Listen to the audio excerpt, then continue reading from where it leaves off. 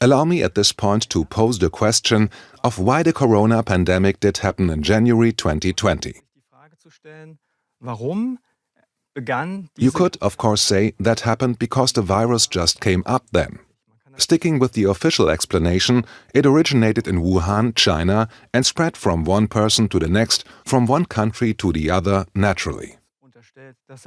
If you, however, assume that the corona pandemic did not occur so fatefully, but was masterminded by some circles, it might not be uninteresting to get straight what has happened in September 2019.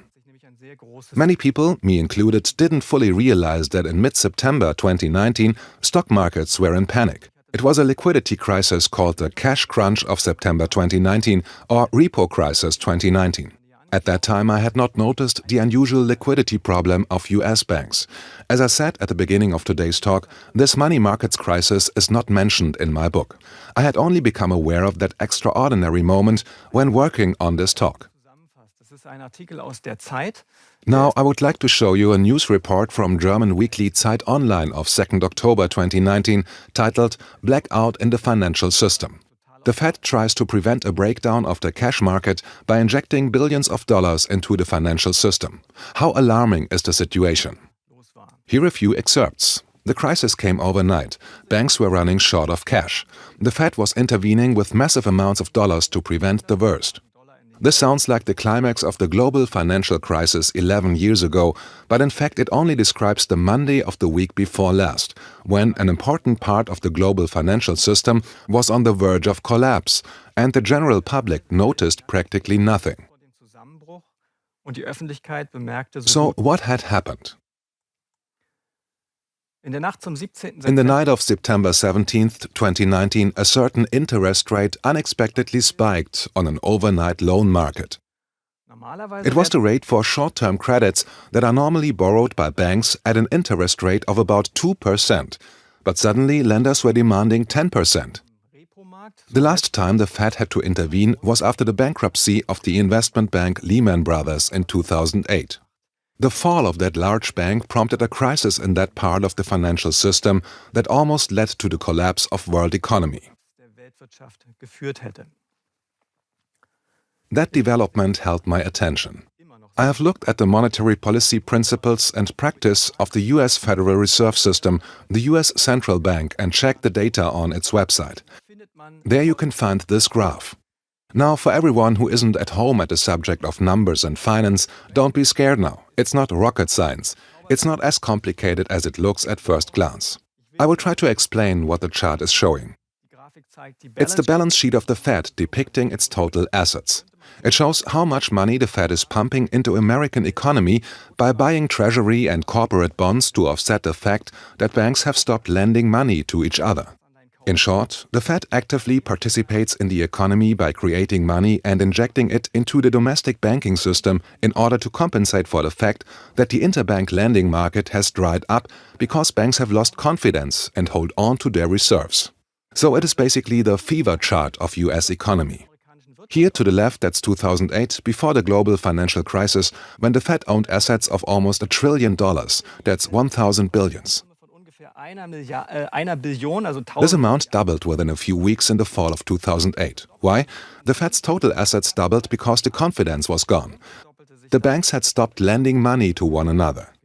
So the Federal Reserve had to fill in, otherwise the system would have blown up. That's what happened in 2008. It's striking, though, that the Fed's bonds purchases were not cut back, but continued in 2010 and 11. The amount was even increased in 2012, 13 and 14, further rises then from 2015 to the end of 2017. The intervention plateaued at the high level of 4 trillion, which was roughly 4 times the amount compared to before the crisis of 2008. When you look at that from today's perspective, you realize that the bubble was gigantic, and it becomes clear that this practice couldn't be kept up. You either had to deflate it, or it would eventually burst. Actually, that was tried by the Federal Reserve at the end of 2017, when it was decided to slowly but deliberately deflate that bubble in a steady manner, sell assets and thus effectively take money out of the system. For 2 years that went pretty well, between the end of 2017 and the end of 2019. You see it here in this chart. Month by month, the Federal Reserve had worked on reducing the immense bubble, and the markets were okay with it. Investors accepted the measures. In September 2019, however, something happened. I cannot say what exactly, but obviously the confidence on the repo market was reduced to nothing in mid-September 2019, which means that the Fed had to completely alter its course, reversing the policy it had been pursuing for 2 years. So it was again buying government securities, thereby providing liquidity for the markets. What a turn! And now you see the significant rise here. It has nothing to do with Corona, that is January 2020. But this year, in March 2020, this is the sharp increase in the shadow of Corona. But see, October, November, December 2019, the graph indicates ever-increasing cash injections that have nothing to do with Corona. After March 2020, it's the same upward movement, just much more pronounced.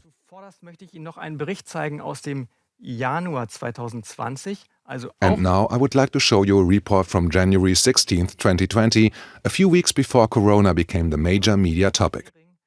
It is a report by Norbert Hering, a German economics journalist, writing about the Fed's massive bond purchases. The Fed explained its interventions with the less than convincing reason of temporary miscalculations, saying it was out of the question that the banks didn't trust each other.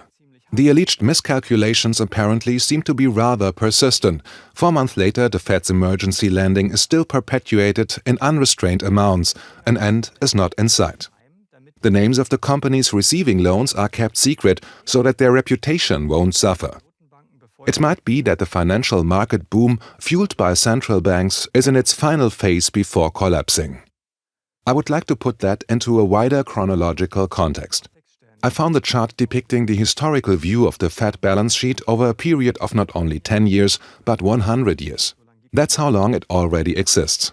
Here we can basically see to what extent the Fed was actively participated in US economy relative to GDP. We see that it peaks in 2008 during the global financial crisis. The value was comparable to the Great Depression 1930, rising continually until 1940, only to decrease slowly after World War II. The level of the Fed's interventions is similarly high during the crisis of 2008 and again in September 2019. We are experiencing the same large-scale dimensions of financial intervention. Im Oktober 2019